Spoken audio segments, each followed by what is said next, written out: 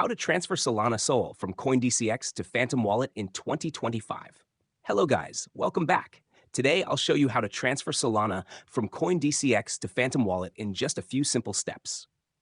Step 1. Copy your Phantom Wallet SO address. 1. Open Phantom Wallet on your browser or mobile app. 2. Click on Solana and tap Receive. 3. Copy your Sol deposit address. Step 2. Withdraw SOL from CoinDCX. 1. Open CoinDCX and go to Funds Withdraw.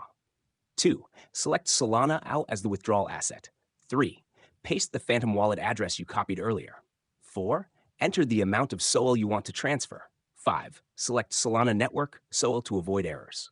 Step 3. Confirm and send. 1. Review the withdrawal details carefully. 2. Complete the OTP verification or 2FA authentication if required. 3. Tap Confirm Withdrawal and wait for processing. Step 4. Check your Phantom Wallet. 1. Open Phantom Wallet and go to Transaction History.